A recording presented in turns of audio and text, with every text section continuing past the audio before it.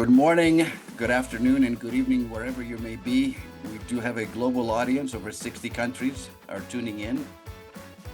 I'm your host, Dr. Elia, and this is the Happy Hour. And I am so excited to bring you today one of the most incredible women I've come across in my life, and I've met a lot of people in my life. Jen Gottlieb, best-selling author, Be Seen, it's right there. A powerhouse of an entrepreneur, the host of the Jen Gottlieb Show, Broadway actress, 5 years at VH1. This is it seems like I'm sure a lifetime or two or three ago for you, Jen. Co-founder of Super Connector Media with her wonderful, wonderful husband, Chris Winfield. And she's been on stage with some people that you may have heard of. I'm not sure. One of them is Oprah. The other one is Emmett Smith, Snoop Dogg, Martha Stewart. There's so much that I can say about Jen, but it would take we wouldn't have any time for the interview. So there's so much more. Her company is Inc. 5000, one of the fastest growing companies, and really helping entrepreneurs, including myself, by the way. So I do have to say that I probably wouldn't even be here if it wasn't for Jen and Chris. So I can't thank you enough for coming on the show. You inspire me. I love you, and I love you and Chris and the two of you together and what you've created. The family that you have, it's a pretty remarkable thing. I've known you for a few years, so thanks for being on the show. Welcome. Dr. Elia, this is such a special moment. I'm so grateful to be here. Thrilled for you, and even more thrilled for your amazing audience because they get to learn from you. So I'm just happy to be here. Thank you for having me. Of course. Tell us a little bit about your backstory. I mean, everybody, New York, Broadway, VH1, and then from there to here, and then where you're going. So Yeah, growing up, I always thought I was going to be an actress. That was what I thought my purpose was, that I was supposed to be a performer. I've been singing and dancing since like out of the womb, like 2 years old. I was putting on shows for people. And that's what I always thought that I was going to do. I was going to eventually move to New York City and do musical theater. I loved singing, dancing, and acting and Broadway and all of that. And it didn't quite work out exactly as planned, as things don't usually, but it ended up being clearly even better than I could have ever imagined. I moved to New York City and dropped out of college when I was 20. I was a musical theater major at a musical theater school portion of a college. So I went to the University of Hartford, and I thought, okay, I'm going to get a real degree, and I'm going to have a degree in musical theater. And I realized very quickly that I didn't like regular college. I was like, no, I need to move to New York, and I need to just sing and dance. I don't want to take math. So I moved to New York, and I went to a musical theater conservatory program. And after that, I ended up booking my dream role in the Broadway national tour of The Wedding Singer and the Adam Sandler movie. And I remember going and seeing that show for the first time before I had been in it. And I saw this one actress playing this one role, and it was like the bad girl in the show. It was like the bitch that kind of breaks the lead character's heart. And I was like, I don't know why, but I want to play her. She's spicy, she's funny. And I made it my goal to eventually play that role one day, and I end up getting it. It's a really long story. It's all in the book of how I had to persevere through a lot of rejection, years of rejection, in order to eventually land that role. And then after I traveled around the country for a year with that show, I moved back home to New York and ended up booking the gig on VH1, which was ironically a TV show about heavy metal music. And wow. I don't like heavy metal music. I wasn't a fan of heavy metal music, but I was an actress and I needed a gig, and I got this great gig. And so I was like, I could play this part. Okay. And the difficult part about that was it became a pretty popular show, and I wasn't really playing an actual character. I was myself because it was a talk show. So I was basically building a brand that was a gigantic lie. I was telling people I was one thing when I really wasn't. And I truly believe that when you're out of alignment in the way that you're showing up in the world, the more out of alignment you become within yourself and your life. Right. And Of I course. lost a lot of myself during that time. And I believe that the universe came in and rescued me by taking away everything. And so that show got canceled, and the guy Wow, slow down. People need to hear that the universe came in and rescued you because you are out of alignment with your true self. Is that what you're saying? exactly what I'm saying. Okay, keep going. Yeah. Sometimes I don't know if I won't say that S word, but sometimes SHIT has to happen for the shift to happen. Of And course. and that's what I truly believe happened there. And I was dating the wrong guy, but I was willing to, because he was the type of person I was supposed to be with. I was on the show because it was the thing I was supposed to do as an actress, and I just lost myself. And so within a very short amount of time, that show got canceled. The boyfriend left me, and I was forced to start my life over. And I pretty much lost everything. And it was just the amount of loss that I needed in order to completely be forced to build my life back up and decide how I wanted to continue to show up. I could either continue to show up hiding from my true self and hiding from the world and pretending to be what I needed to be for everybody else to like me, or I could start building a life that I actually wanted. And it didn't happen all at once. It's still not happening all at once. It's still a journey always, and I'll always be on that journey of discovering what I'm here to do. But I started building a business in the personal training and fitness space, and from there I met my husband, and he was By the helping. way, one of the things that Jen has in her events that I learned that taught me this year actually is that, speaking about the boyfriend that left you, um, every rejection is God's protection. If that idiot hadn't left you, you wouldn't be with Chris, who's golden, and you guys are the most powerful couple that I know, honestly. And you complement one another. You're so free with your love. You joke with one another. I mean, if you see these two on stage, it's both inspiring and funny too at the same time, because of Chris's sense of humor, how he teaches you, how you guys go back and forth. I mean, you're the ultimate performer, and it's so beautiful to watch you on stage. But the chemistry between the two of you is, I mean, you can just feel it, and it makes everybody else at ease. So glad for that stupid boyfriend. I guess that's what I'm saying. Same, same. Yes. Yeah. And I do think that anyone listening right now that's in a difficult moment where maybe you got rejected, or something that you thought that you wanted to work out didn't work out. I can't sit here and tell you that it's all happening for you, not to you, because it's impossible to see that right now. But I can tell you from my own experience and my own story that now that I look back at all of the rejections that I've gotten in my life, which there are plenty, and there are still some that I'm dealing with now, that I know one day I'll be able to look backwards and say, okay, that no was actually secretly a yes to something else.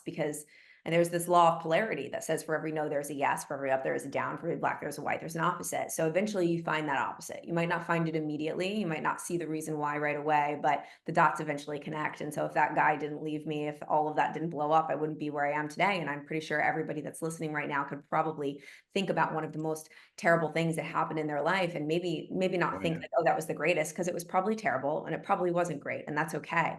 But there, I'm sure you can look backwards and say, you know what, if that didn't happen, then this lovely, wonderful thing wouldn't have Exactly. happened. Exactly. Yeah. So yeah, Chris and I ended up building a company together, but we'll make this long story short. Super Connector Media, it's had many iterations of itself.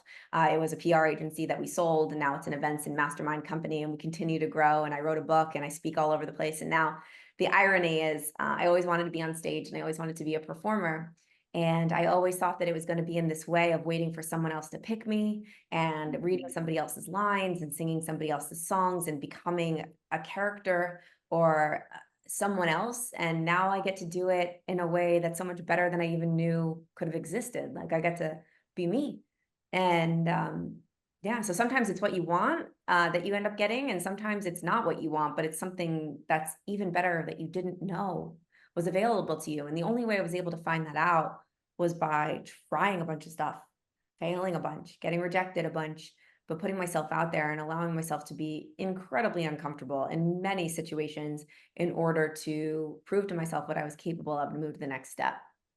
Jen, how do you continue going? And this is true, for all of us when you're facing rejection again and again and again. And I know your story inside and out, but it's how do you keep going when you're like, man, you believe in yourself, you believe in something, and just door after door keep getting shut in your face. And like, I know that I meant to do something greater than what I'm doing right now. How do you keep going? Mm. It's hard sometimes. I'm not going to lie. Sometimes you just say, "Ugh, I just want to give up. This is too hard. Maybe this is a sign that I'm not supposed to do this." Right. That's very normal. That's very It's human. totally normal and totally human. So if you're feeling that, it's okay. I feel it on a regular basis. But then, you know what really helps me? I like to think back to other really successful people's stories. And I do read a lot of memoirs, and I do listen to a lot of podcasts of like really big companies or really successful people. And it's often, we often see the highlight reel. We see the finished product. Like if we're scrolling social media, we see chapter 20. We see like the successful company making the big wins, or their #1 podcast in the world, best-selling book. But what you don't see, if you don't do your research and you don't really look back, it looks like it was an overnight success, but usually what you don't see is all the failures and all the rejections and all of the almost losing everything that had to happen in order to get there. And I love, love, love, love learning from other people who have done what I want to do and going into their story and seeing that most people, I would say 99.9%, I haven't met one, so maybe there's somebody out there that made it without any rejection and any failures, but most people that achieved the thing that was really worth achieving had to overcome a ton of A no's, a ton. ton of Yes. rejection, a ton of failures before they got to where they are. We just don't see all of them. So that's why I say don't compare your chapter 1 to somebody else's chapter 20. That's beautiful. I love that. You see me on a big stage, but you don't know, like, you're like, oh, well, I want to do that. And if I'm getting no's, like, that means maybe I'm not there. That's not for me. But what you don't know is you see me on that stage, but you didn't see all of the 20 rejections that I got the month before for all these other stages before I got that one. And if I would have given up, then I wouldn't be here. So you either fail or you learn. That's it. Like, you know what I mean? Like, if you stop, the only way that you won't get where you want to go is if you stop. And I heard something a couple in the last episode from my last guest was that taking action and suffering, like moving to action no matter what. And you talk about that. You talk about that a lot. You don't have to have all your ducks in a row. Like a lot of people when they start a business, they feel like they have to have everything to the last detail. And you're like, no, start now, get going, do something, move into action. Yeah. So Stephen Pressfield's one of my favorite authors. I just had him on my podcast, and he wrote the book, The War of Art. And he talks about this thing called resistance, with a capital R. And resistance is that force that hits all of us. Doesn't matter who you are, you have experienced resistance. And it's a lot of the times it's that voice that comes in right when you're about to start something that feels a little scary. It's a new project, a new idea. And that resistance comes in and it says, you know what? I think there's too many people doing this. I don't think you should start. Or maybe you should start tomorrow, or you don't have time for this, or who are you to start that?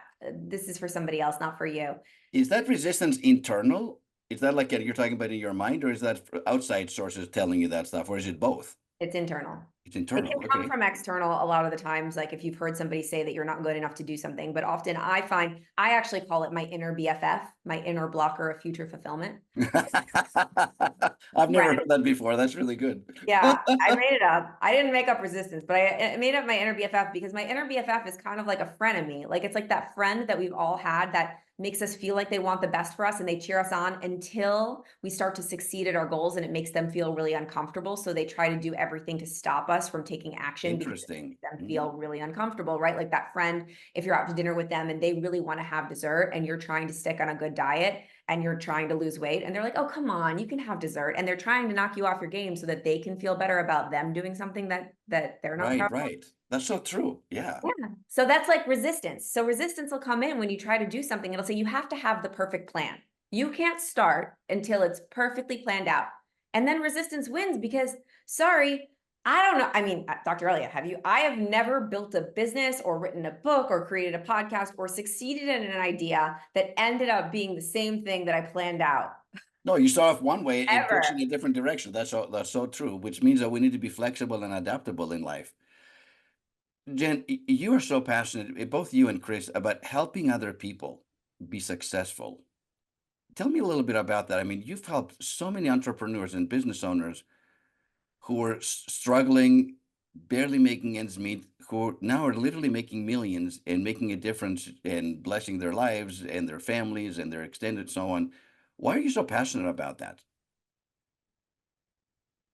I mean, there's no better feeling in the world than helping somebody else. It's the greatest feeling. And I truly believe that if you have a services story or a product that helps people, it's your responsibility to get it in front of those people. That's, I mean, we can't really do a lot, like in the big grand scheme of things to save the world. But with our gifts, our personal gifts, like your personal gifts, you doing this show, or, you know, many of our mastermind members that have these personal gifts and they're helping individuals, they can help that one individual to just change the way that they show up that day. And that individual showing up in a different way that day will therefore change the way they interact with their family members and the people that they talk to and that they interact with throughout the day. And it can just have this ripple effect and this snowball effect. And I know that the people that we help people in that way. So it's like it makes me feel amazing to create that snowball effect in the world. It's how I create impact through others that are doing good. And nothing makes me feel better than seeing somebody work really hard, achieve something, and feel that fulfillment and satisfaction on the other side, and finally discover and see, feel really worthy and feel really just that belief in themselves that maybe wasn't there for a long time, whether it was because somebody knocked that belief out of them by something they said to them, or something happened to them in their childhood that made them feel less than, or somebody Mm. left them out or bullied them or didn't make them feel enough, and then they've been holding back for so long. And many of these people are unbelievably gifted, and they just need somebody to see that in them and just encourage them, or create the space where there are other people around them encouraging them to go out there and take action, to show them, prove to themselves, holy crap, I can do this. And when you see that happen, and you see that veil lift, and you see the light turn on, and you see them actually enjoying their life each day with what they're doing for work, it's the greatest feeling in the entire world. You know, everybody and their grandmother has a mastermind group. It seems to me anyway. They're all pushing, pushing, pushing, and marketing and so on. And I'm someone that would have joined anything like that. It's just that's not what I. That's the story I used to tell myself. Wow, that's not what I do. I don't do that.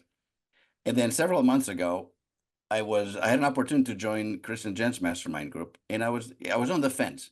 And it wasn't that I questioning the value that Chris and Jen bring. That was already a given. It was more like, do I have what it takes? Am I going to be all in if I do this? If I join this, am I, because I was like, or am I ready to retire? I mean, I'm at a stage in my life where I don't have to do this.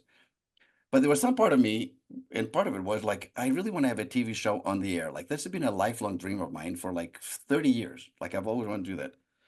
So I just decided to lean into it. And we had conversation about this before.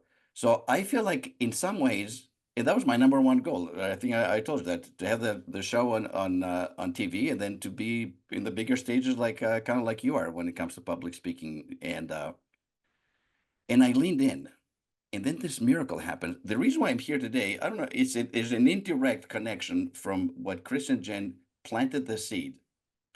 So, and the people that I've met as a result of that, the guests that you bring, the experts that you bring, the networking, the family, um, the love, the support, the honesty.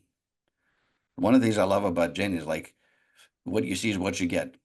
I mean, she could be the greatest cheerleader, but she could also be like, you know what? Sometimes it's rough. Sometimes it's not easy. Today's not a good day. But not everything works all the time, and so on. So I joined the mastermind. Miracles begin to happen, including this one right here. And then I go to an event. Build Your Brand Live in Atlanta was the first live event that they put together. I hadn't been to one of those. It's a 3-day event. We're all having dinner the night before the event, and Jen gets on the mic and says, "By the way, for those of you that are here, you will not be the same person Sunday night when this is over." And I've been around a little bit. I'm like, man, that's a mighty bold statement. I'm thinking to myself, wow, that's a mighty. And I'm like, we'll see. I'm like, do you have that little, voice in the back, like, at my age, I'm not gonna be the same person after 2 or 3 days. Fast forward to Sunday night. Now we're concluding this incredible event with the most amazing speakers on the planet, literally, not in the United States, like the best people. And I was not the same person. I'm not the same person, from Friday morning to Sunday night. So we had a little, so I had to own it. We had a little debrief kind of at the end of the 3-day event, which was spectacular. And the people that I've met, actually, both opening up doors for them, but also, connecting. One of the things that they said at the very beginning is this is all about connecting with people. Be more interested than interesting. And I had never heard that before. Do you want to explain that for a minute, what you meant by that? And why is that important when we connect with people? Yeah, well, everybody's favorite topic is themselves, just is. And I think that well, I know this. I know because I've been in conversations with people that, we've all had those conversations or maybe those bad dates where you go and you're sitting at dinner with somebody and they don't ask you a single question about yourself and they just talk about themselves the whole time. You leave and you feel terrible. You feel like, wait, what just happened? Like that, I don't want to talk to that person again, whether you realize it or not. And I think the key to making powerful relationships is making people feel seen and allowing people to feel seen and heard by you and genuinely figuring out how you can help somebody else. The most powerful, especially in business, like let's just talk about business for a second. Relationships, they're win-win relationships. It's when the law of reciprocity is in action. I was just talking to a friend this morning about people that are takers. We all know those people that are takers, the people that only talk about themselves. They only ask you for something when they need something. They never offer or provide any value. And those are the type of people that you try to steer clear of. You don't want to make relationships with those people. You don't want to help those people. You don't want to create business partnerships with those people. It's not even conscious. It's just an unconscious thing. Now, let's think about the opposite. When you go and have a conversation with somebody and they're genuinely listening to you and they're genuinely interested in what you have to say and they're asking you follow-up questions and they're Right. figuring out what they can do to provide value to you. Oh, that's amazing. How can I help you with that? Or maybe they follow up after the conversation with a really thoughtful give, right? Like whether that's, oh, here, I found this online. It was about our conversation. You were talking about that. I found this amazing article that talked, like that just makes you feel so seen and you then want to follow up to help them as well. And that's how you create that powerful flywheel. And that's what we've created in our mastermind. And that's the only type of relationships that I want to be in. Whether that's a friend relationship, a business relationship, I want to always be providing value and then receiving value and then providing value and then receiving and being vulnerable in both ways. And that's the beauty of friendship, of love, of business relationships is not just being a taker. It's mostly from giving. And I can testify to that personally. Our time is up, believe it or not. You and I could talk for hours and I hours. know. That's why I was like 10 minutes. No, I know. I mean, it's what it is. But maybe we'll have you back season 2. Who Yeah. knows? I can't thank you enough for everything that you do to make this world a better place. You help so many people. Yes, we can make money. We can help people. We can have fun. And I feel, joining forces with you and your extended family has been such a blessing in my life personally. So give my thanks to Chris as well. And I love you both very, very much. And thanks for being on the show. Thank you. I love you. Thank you for having me. And y'all, everyone that's watching, you're in a good place. Keep watching. Thank you. Jen Gottlieb, a powerhouse. Wow. So many takeaways from what you shared with us. Of course, they never give up and keep going. You don't have to have a perfect plan to start, get going again, move into action. I like the thing that you said in the end in terms of relationships when we are in the presence of somebody we just met, whether it's networking or even in our own intimate relationships, be more interested than interesting. Follow up, ask questions, active listening, right? I call that listening with a third ear, if you will. Listen with your heart to what's being said. And, my philosophy is that the two greatest needs that human beings have, obviously, number one is to feel loved. That's pretty universal. But the second, I think, is to feel understood. And when we show up in our relationship with that intention to really, really listen, and I think what I'm going to say next, which is normal in the back and forth, but be present and show up big in our relationships, then miracles happen. And Jen is one of them, and I'm so grateful for her. And I hope that you listen to what she said very carefully and then take one of the many gems that she shared with us and start implementing in your life and watch what happens. Until next week, thanks for tuning in. I appreciate you more than you know. Thanks for your loyalty and thank you for spreading the word. And have a wonderful week. Thanks.